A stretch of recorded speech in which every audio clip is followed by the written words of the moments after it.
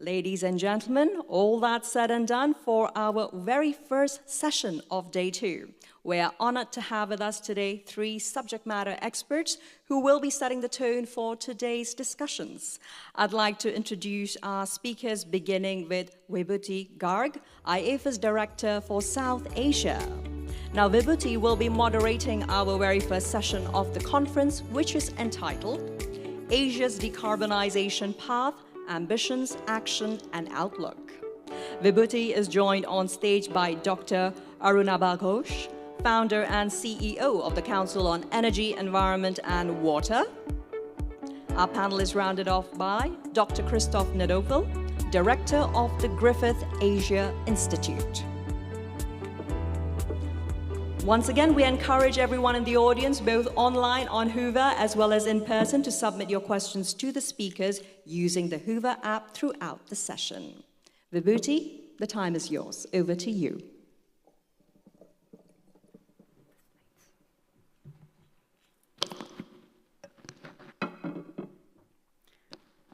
A very good morning to all of you. It gives me immense pleasure to have you all here in Kuala Lumpur. I know most of you have traveled across the globe to be here. And so thank you. And it gives for turning out in such large numbers to understand the needs as well as find solution to one of the most, I don't want to call it like the most problematic thing, but yes, I think we are here to understand how Asia can definitely progress in terms of leaving behind maybe the other developed countries in terms of energy transition. So this session will focus on Asia's decarbonization path, ambitions, actions, and outlook. We will be kind of setting up the tone for all the discussions that will happen in the subsequent sessions today and tomorrow. So you can consider it like as a curtain raiser, or I would say a teaser in terms of what you will be expecting in terms of the discussion in the next 2 days. So in terms of the structure for today's session, we do have opening remarks from Dr. Arunabha and Dr. Christoph, and then we'll have a fireside chat. So please feel free to submit your questions on Hoover app. Me and my team will select some questions and take it up towards the end. But before I call upon the expert panelists, I just wanted to start with sharing some numbers as well as some thoughts to kind of instigate this whole discussion. Not so good picture in terms of, the year 2023, we have broken all records in terms of, the global surface temperatures have already reached 1.45 degrees, plus minus 0.12 degrees Celsius, which was kind of way above from the 1850 to 1900 levels. Again, 2023 was on records in the last 174 years, the one of the warmest years. So we have broken all records from the previous history of 23 being recorded as the warmest year. 2024 has been no different, and we have already breached 1.5 degrees mark. So, and while the global surface temperatures have gone up, but if you will see Asia also has warmed faster than the global average, with the annual mean near surface temperature being the second highest on record. Are these the kind of records we could be boasting about or be happy about it? I don't think so. And this reminds me one of those kind of quotes that I heard, and it kind of stuck with me.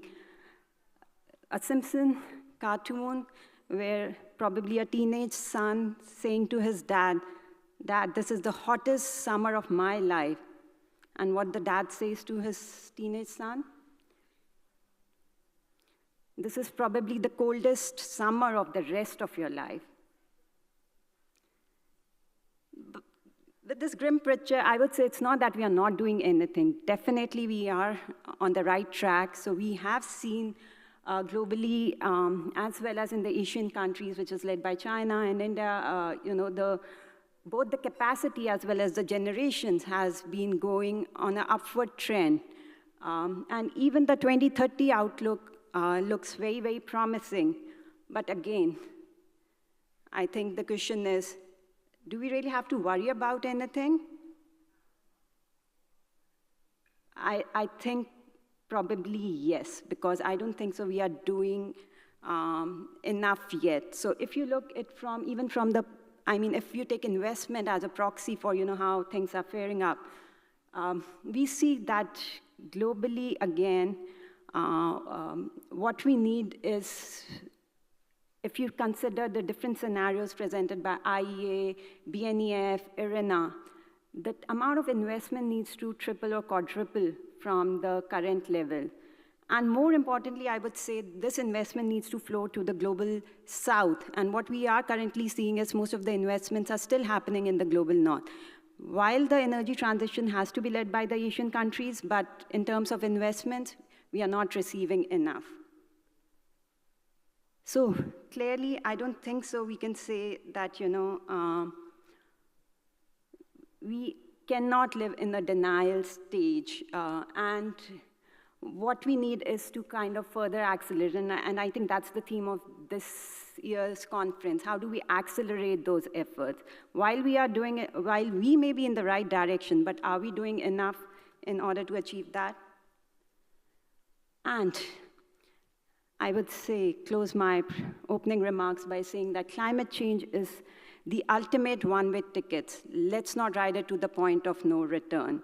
And maybe one famous remark or famous quote from Mahatma Gandhi: the future depends on what we do today. So we have to correct our today to have a right future. So with this, I'll end my presentation, and I'll request Dr. Arunabha to make his opening remarks. Thank you.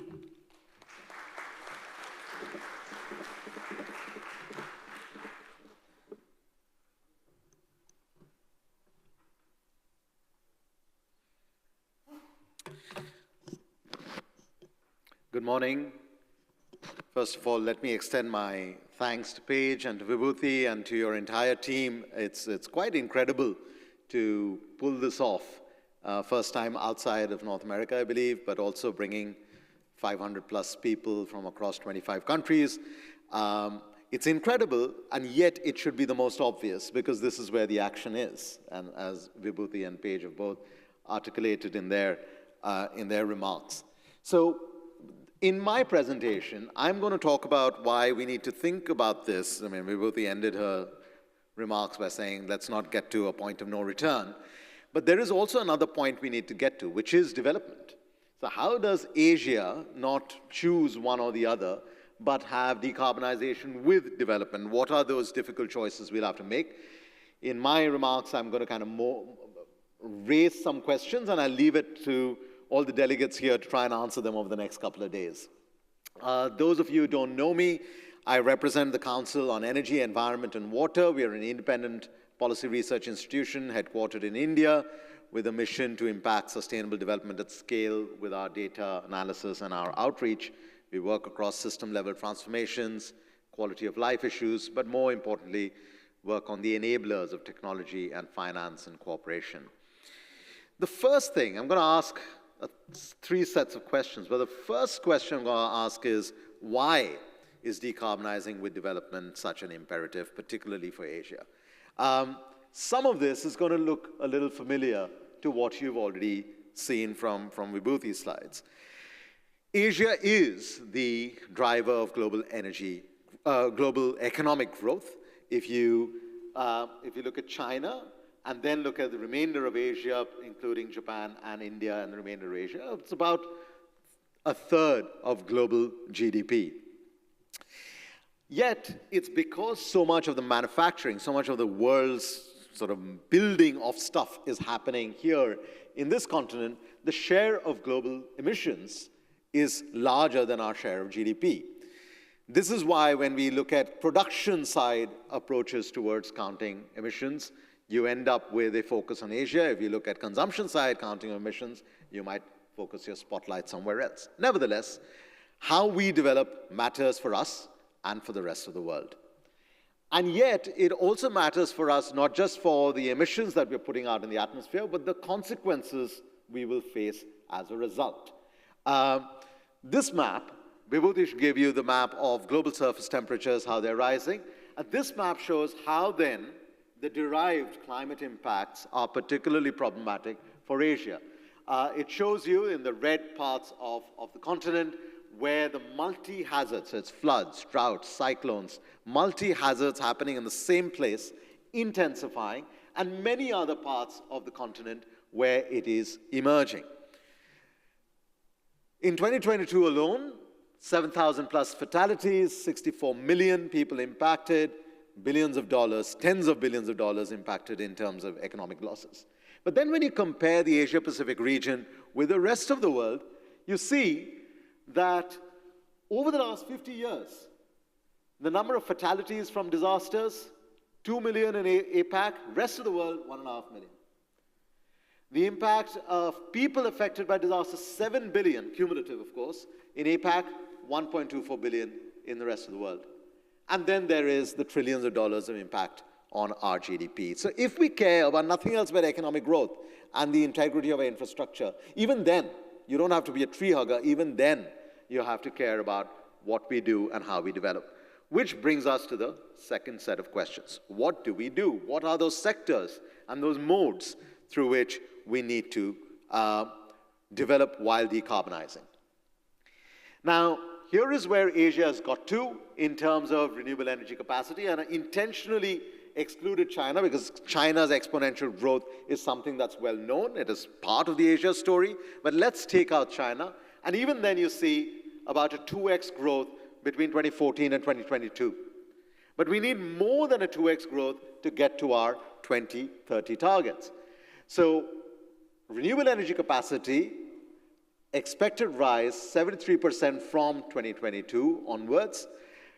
It will be the most significant contribution to global expansion. It will be 2/3 of solar PV expansion alone. India itself will drive over 50% of that growth, and of course ASEAN another 14%. So none of this is non-trivial. Now, if I give India's example, since about 2012 onwards, we've had a rapid increase in renewables. India has managed to get to a stage where it's now the 4th largest renewable energy market by deployed capacity. But what we're seeing now, and this is what we have to examine for other parts of Asia as well, are there new drivers of the renewable energy story? One example in India is a recent program of solar rooftops. 10 million homes to get solar rooftops. That alone would be about 25 gigawatts of new capacity. The other is solar irrigation. How do we tap into groundwater using, in India, the world's largest solar irrigation program, but again, how those lessons can be applied elsewhere. The second driver of our development come decarbonization is going to be transport. Now, if you look at, again, data from Asian countries, of course, Asia and Oceania, of course, Australia and New Zealand have very high shares of motorization, cars per thousand. But you look at Vietnam, for instance, fastest growth rate in personal vehicle ownership worldwide because, emblematic of a rising middle class in Asia. Is there a more sustainable way of urbanizing? So again, I'll give you an example from India. This data comes from our real-time e-mobility dashboard. And it shows that 10 years ago, India sold 2,399 EVs. The financial year that ended in March, we sold 1.67 million EVs. And then the dip is not because it's declined, it's basically data for the current ongoing financial year. So an exponential growth in EVs. But these are not Teslas, and these are not BYDs. These are three-wheeler tuk-tuks, they're two-wheelers, they're buses. I don't know if Moa is in the audience. The way you procure public transport at scale. So the real story is how do we make buses, two-wheelers, three-wheelers accessible, reliable, safe, but also green? So it's not the question of whether we make our transport greener alone. We've got to make the systems of mobility more sustainable. The third driver is going to be, of course, industry. Now, Asia accounts for, or Asia-Oceania accounts for the bulk of steel production. Without steel, you can't make anything. Whether you need a bridge or a building, you need steel. And India and China are the two largest steel producers in the world. How do you make greener steel? So at CEW, we did the first marginal abatement cost curve for steel decarbonization and getting to net zero. Like any marginal abatement cost curve, you see many interventions, starting with energy efficiency, etc., can be negative costs. Makes sense. But the more emissions that you need to abate, the harder you've got to work. So our estimation is CapEx itself will be closer to $300 billion and OpEx of about $8 billion a year. It's not impossible, it's over a multi-decadal horizon, but what you do today matters, because as soon as you build a blast furnace today, it's going to last for the next 40 or 50 years. Which is where the green hydrogen story becomes important. If you look at the map on the right-hand side, that's not temperature, that is actually the costs at which you're able to derive green hydrogen because you have good solar radiation between the tropics. So how do we leverage the continent and its renewable resources, not denial, but the real renewable resources that we have to get green hydrogen at scale, at lower cost, in order to drive the industrial decarbonization point? Which brings me to my final set of questions. How do we do it? And how do we do it? We've got to first understand the bigger bottlenecks that we have, not just in terms of the targets we set or don't set, but in actually implementing those targets when we are confronted with supply chain concentrations. For instance, over the last 10 years, the number of countries that had to get solar PV products from a concentrated set of suppliers increased from 38 to 71, or the number of countries that had to get lithium-ion batteries from a concentrated set of suppliers increased from 19 to 49. So even as more countries are making more and more commitments on the clean energy story, the supply chains are not diversifying enough to provide those products and services as rapidly as we need. The same applies to critical minerals. Paige referred to the fact that you will have a session on critical minerals. Just 15 countries account for 55% of the identified critical minerals needed for the clean energy transition, but even fewer account for up to 90% of the actual minerals extraction and processing. Again, if we don't diversify these sources, there will be bottlenecks and energy security considerations that kick in. And finally, technology. Even within the G20 countries, developed and developing, just 5 countries account for over 80% of the clean tech patent applications and over 90% of the clean tech patents granted. And these do not expire by 2030. So the target dates for our current nationally determined contributions under the Paris Agreement are contingent in many countries' cases on technology transfer. And yet those technologies are not just concentrated, but the patents don't expire.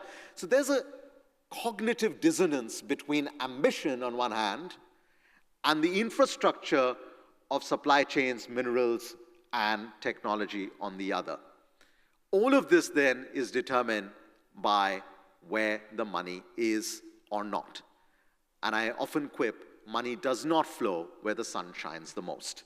Notwithstanding China's exponential growth in renewables, or of course the US and the EU. If you look at India, Southeast Asia, and of course even Sub-Saharan Africa, the share of clean energy investments is still way too small compared to the ambitions and the imperative that we face. So how do we do it? And I'm going to end with 3 propositions. First, we need financing for action. Stuff that we've already promised to do, stuff that is economically viable to invest in, and yet the money is not flowing. We've got to guarantee programmatically at a country level the non-project risks, whether it's currency, whether it's policy risks, etc., rather than give individual loans, whether it's through the World Bank's Private Sector Investment Lab, other work that we at CEW have done and other people have done in other institutions on multi-risk related reducing cost of finance. But then we also need finance for ambition, stuff that we have not yet fully put our shoulders to the wheel for. And that's where, and this comes from a paper from CPI, my colleague Dhruva Purkayastha is one of the authors. We need to look at the technology readiness levels of emerging technologies. And where the readiness level is still at an early stage, or you're still just demonstrating rather than deploying, this is not the entirety of their framework, you need other types of finance, not just de-risking. You need early stage R&D funds, you need development equity, you need private equity, you need viability gap funding, as subsidies from the state, and so forth. And the share of debt, of course, will be lower initially. When you get towards the deployment stage, it becomes higher. And therefore, you have to also bring in many new types of actors, not just traditional investors, but a combination of philanthropies, DFIs, venture capitalists, private equity players, and so forth. And finally, it's not just a story about energy. To accelerate, Vibhuti ended with acceleration. The financing of acceleration look beyond energy, and where are the innovative financing opportunities? If you look at sustainable agriculture, in Indonesia, the Tropical Landscapes Finance Facility, bringing together various different actors to drive sustainable agriculture investments. Costa Rica, bundling ecosystem services to include carbon sequestration results in payments for those services. In India, looking at distributed energy for livelihoods, a $50 billion opportunity alone. But again, the energy finance for it is linked to the rural development story. And then finally, even a story from Africa on debt for nature swaps. So we've got to start looking at it creatively. We know all these different tools in our financial portfolio. But is it for action, is it for ambition, or is it for acceleration? So I'll really leave you with those thoughts, and thank you for your indulgence. And I hope over the next two and a half days, you're able to answer some of those questions I've posed. Thank you. Thank you.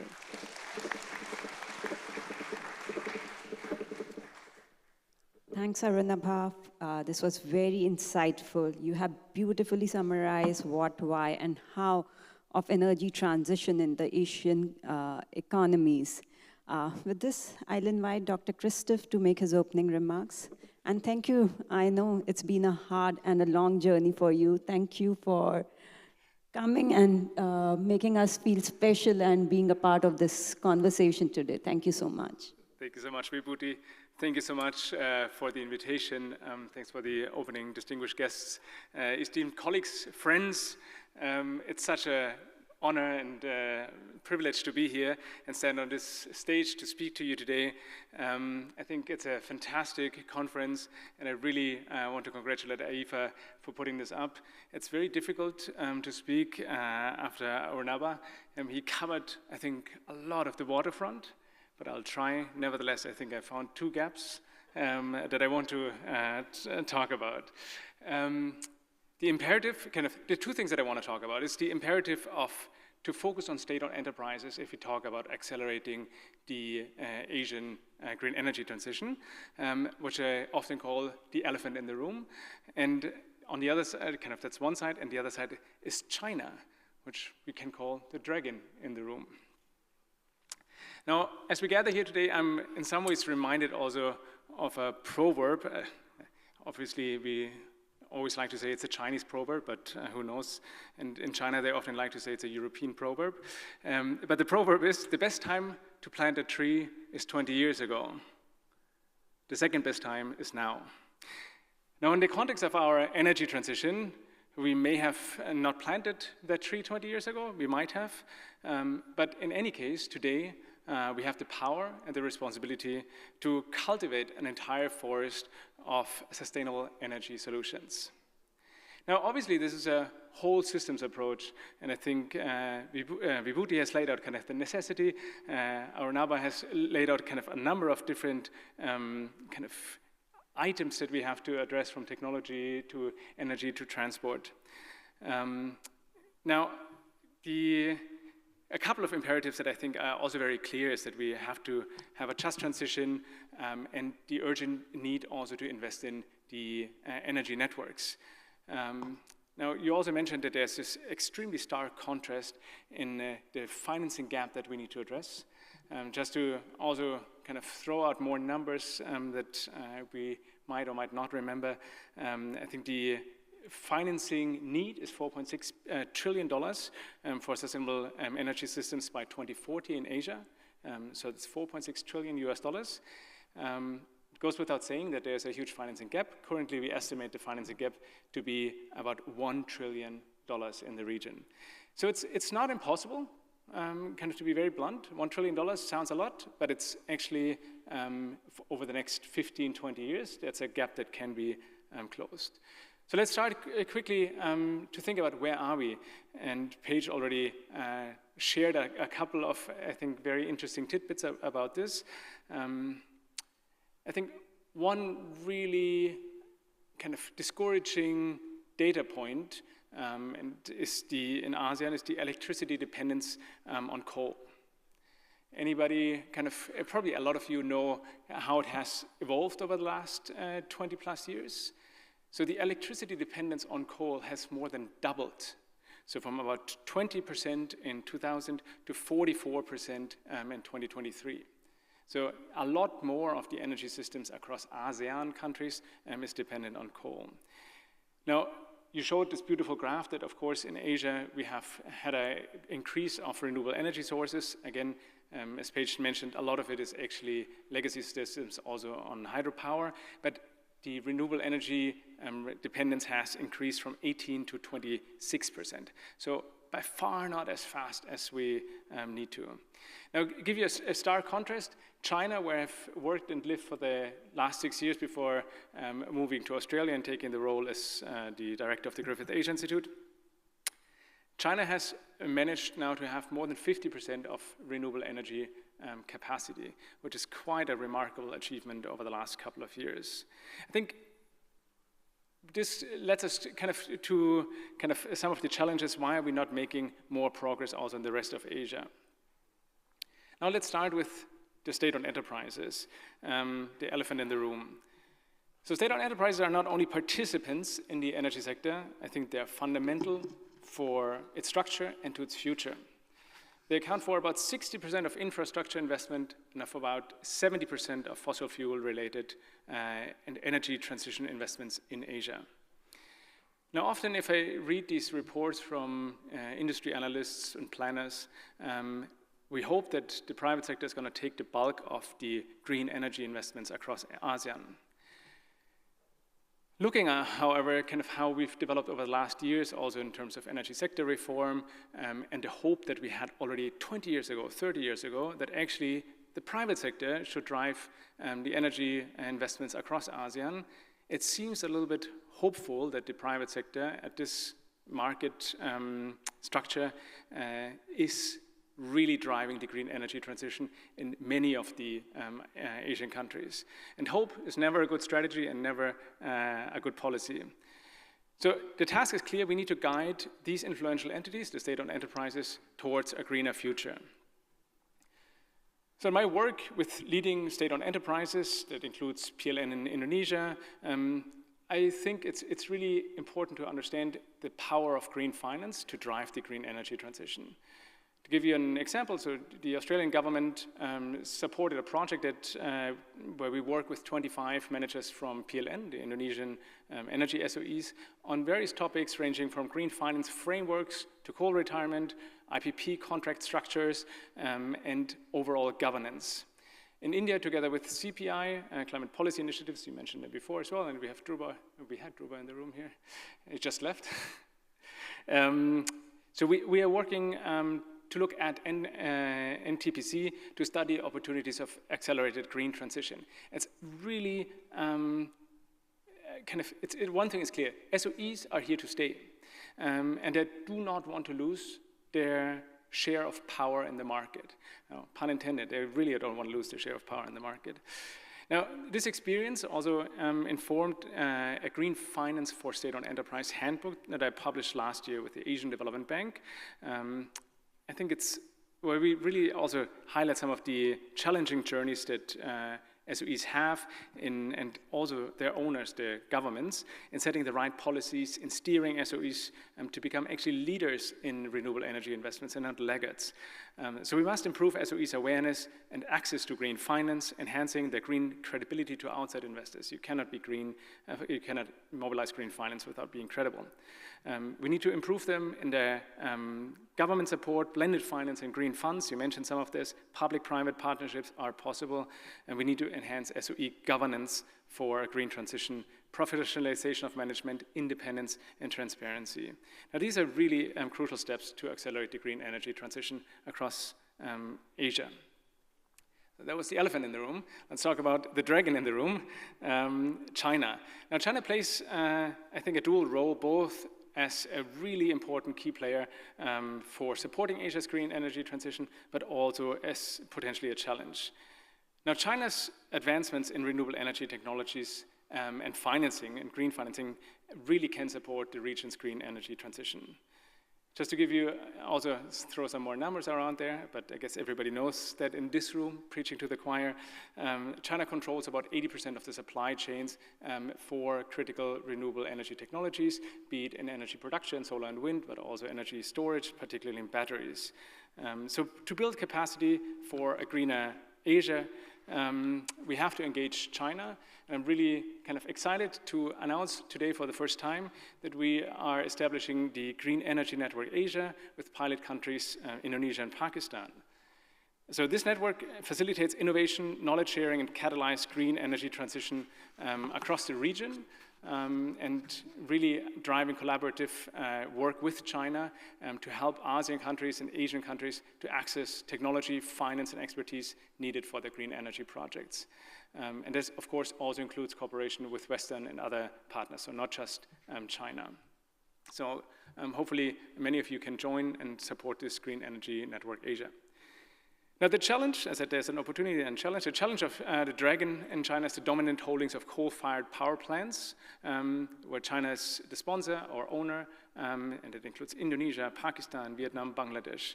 And if we are serious about the green energy transition, these coal-fired power plants need to be retired early, despite their relatively young age. What's really positive is that China has shown initial interest in exploring early retirement of coal-fired power plants. Not least, as we could show that coal-fired power plant retirement can make financial sense, even for younger coal-fired power plants in Asia. Now, innovative financing mechanisms are key, but it is possible and it is feasible. Now, there are, and I think Paige mentioned a couple of really promising also projects in the region, so it's not just doom, but there's actually a lot of great work going on to really see that we're making progress. Now I want to conclude to say that the green energy transition in Asia is both, of course, an environmental necessity, as laid out very nicely, and an economic opportunity. And an economic opportunity, I think, for all of us. It's not kind of a theoretical concept. It is for you, it is for your families, it is for all of us. I think that's really important. We have a clear target group. It's not just theoretical economic concepts. I believe 3 issues stand out that need stronger attention as we look into the future, focusing on greening state-owned enterprises by enhancing their capacity in green financing and project execution. Number 2, leveraging partners with key players like China and sharing their expertise and resources in renewable energy. And number 3, embracing innovative financing mechanisms to accelerating coal retirement and have a brown to green investments. Now I encourage each of you to contribute to this important shift in our energy landscape. Together, we can reshape the energy narrative of Asia, state-owned enterprise, one project and one innovation at a time. Now remember what I said at the beginning, the best time to plant a tree was 20 years ago. Now I'm really convinced that we have planted many seeds over the past years, and it just took some years for a seed to grow into a mighty forest. So let's not waste another moment in cultivating our green energy forest. With that, I want to wish you all wonderful successes in this story and at this conference. Thank you.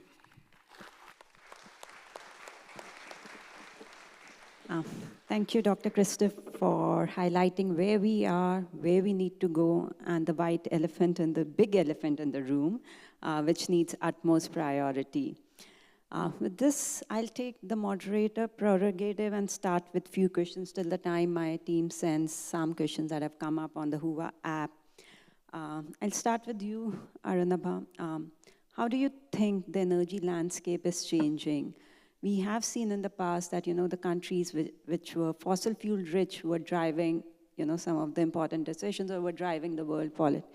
But now, do you think this scenario or this power shift will happen with countries now having more RE endowment or with critical minerals, are gonna drive the world? That's a great question, Vibhuti. I think, first of all, for emerging economies like ours, there's not one but multiple energy transitions that are underway. First of all, we need access to modern energy. There's still, even though we're talking about Asia, there's still 700 million people without access to any kind of modern electricity, many of them concentrated in sub-Saharan Africa. The second energy transition is the shift, and again, Asia is emblematic of that, of a rapid shift of population from rural to urban areas. So the pattern of energy demand changes. That energy has to be cleaner. That's the third shift. But the fourth shift is what you're hinting at. It's the deeper integration of emerging economies and their energy demand into global energy markets. Now, let's again leave aside the other elephant in the room, the United States, and the dragon in the room, China. The role Europe played in the sort of latter half of the 20th century is the role that emerging markets will play, led by India, in this half of the 21st century, which is to be the most important swing players in a changing energy geopolitics, right? So you're not the biggest demander, nor you're the biggest supplier, but you're the most important swing player.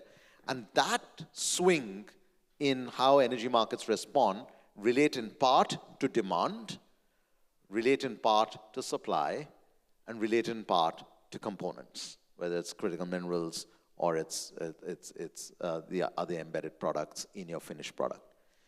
This, however, allows for a greater democratization of global energy geopolitics if we did it right. Because then you can have a more interdependent value chain where someone is producing the minerals, someone is processing the minerals, someone is making the ingots, someone is making the wafers, feels that they have a stake in the clean energy markets of the future. And it's not just a deployment story, but it's an industrial development story. We do it wrong, then we repeat the mistake we made with oil and gas, and we end up with a Wild West for minerals or anything else. Right. I think that's very, very important. I mean, how this swift transition and the countries that are leading this transition, and you talk about the multiple shifts as well. Christoph, I mean, we have been talking about decarbonization, but in terms of how do we ensure, or what kind of impact do you see it will have on job creation, economic growth, as well as the social equity in the Asian countries if we are gonna accelerate this even further? I think that's a great question. Let me kind of answer this from two aspects. When we talk about just transition, we often talk about people that might be left behind, that are kind of employed in sectors that might be phased out. I think that's a very big part of it. I always use the example of China, where we have about 6 to 8 million people employed in coal sector, and about 200 million people employed in agriculture. And so for those 200 million people where climate change plays an extremely important role, because they might actually lose their job, they just don't have such a strong voice. So I think just transition is extremely important to ensure that these people are taken along, and we've seen this particularly in Europe, where I think there has been really good progress and policy initiatives to ensure that mining areas are supported for job creation, for job trainings. But what we must also not forget that actually all of us, and particularly often the vulnerable groups that don't have a strong voice, are much more affected by climate change by inaction rather than by action. So that's kind of one side of kind of looking at people affected and kind of negatively affected by it. And in the positive sense, and I think this is really exciting, we have already in Asia more jobs in the green energy sector. 60% of the jobs in the energy sector are in the green energy sector in Asia rather than in the brown sector, and this is accelerating. So over the last years, this employment kind of dividend that we see from the greening of the energy system has really paid off. And in many ways, of course, we have an overcapacity to some extent in terms of supply and demand. But what we're not seeing yet is actually this really ramping up of demand that we need, particularly in Asia, to really decarbonize our energy systems. So if we really kind of see this kind of growth curve of installed capacity of renewable energy, we actually will need to generate a lot more jobs in the green energy transition than we already have.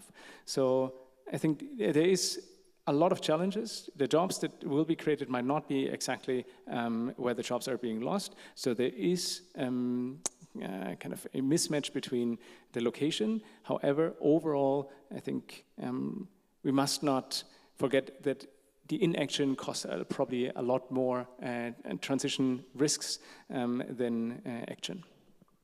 Absolutely. The cost of inaction is much, much higher. Since you also talked about the dragon in the room, so I think there's a question from the audience. Is geopolitics driving down the rapid push of China for the region's decarbonization? Is China what? Is geopolitics driving down the rapid push of China in the region's decarbonization? Absolutely. Okay. Also, obviously, I'm an economist, and it is, you have to say always it depends. China just, over the last weeks, published a number of really ambitious policies around greening its economy. And for the first time, it has a all-of-economy approach to greening in its economy. So China is not stopping its green push. And kind of also in 2024, we've seen another acceleration of installations of green energy. So overall, China's domestic economy is geared towards more green rather than towards less green. I think where it's challenging is for some of the Chinese investments in the region in manufacturing, where we've seen, for example, solar power plant, solar manufacturers in Vietnam having to reduce production because they couldn't export to the US anymore because of some new re-import or kind of third country import rules. These are indeed challenges, but this is about the export market to the US. All the other export markets in the region, I think, are actually not are still growing rapidly. So I don't see currently any real drive to reduce the speed of greening of the Chinese economy. Absolutely. I think, as we were talking, there's nothing that should stop any country from accelerating. And I think definitely while China has been leading this space, but there should not be any factors kind of pulling them down. Rather, they have been instrumental in all other countries kind of trying to match that pace, what they have established. Since we were talking about geopolitics, Arunabha, there's a question again that, countries have to submit their revised NDCs by next year. With all the geopolitics and the risk of war and US going into elections, and even in some of the countries, the kind of political turmoil that we are witnessing, how do you think the countries in Asia specifically, do you think they'll be able to raise their ambition? I think at this stage, we're having this conversation early September, but exactly 2 months from now, we'll have a change in variables. So I think until then, people are going to play a game of poker and hold the cards very close to their chests. But I would say, even between the Paris Agreement and now, what was the purpose of the NDCs? It was to raise ambition, right? And We've had one round of raising ambition subsequent to the original NDCs as well. I worry, and I said this at the COP last year, that we are in danger of becoming members of a mutual admiration society, that we come forward every COP and keep, praising those who are raising ambition rather than focusing on those who are doing the action. And I think the nudging role of COPs and NDCs will continue, but with lesser and lesser importance. I think we've got to, especially the Asian economies assembled here, have to think about what do we do for 50 weeks in the year that then reflect in 2 weeks of climate negotiations rather than the other way around. So the issues you've brought up already, whether it's geopolitics, supply chains, critical minerals, technology, finance, those are solutions we got to develop here. The diversification of supply chains, the combination of industrial policy with clean energy policy, the combination of industrial policy with green trade arrangements. These are things in a highly integrated economic region like the ASEAN or more broadly Asia, are those solutions we have to explore. None of that is on the agenda in a climate negotiations. The climate negotiations is about raising ambition. It's not about the economy-wide approach that Christoph was just referring to, at least in the context of China. So I would both worry about whether geopolitics or politics in the 60-plus economies that are going through elections this year will impact the contingent offerings that other countries come up with. But I would also not worry, because I think the forums at which we have to find solutions to are nuts and bolts problems, rather than our rhetorical problems about what we promised, are different from the annual COPs. So let's go to those forums. Maybe this is one of them. We're just short of time, so I'll just take one last question. Since there is a wide, diverse audience here, they're interested, how do we bring in government, private sector, philanthropy, and civil societies to collaborate together in this whole pace of, accelerating decarbonization in different countries? So the question is whether they should or can, or how they should? Everything. All of the above.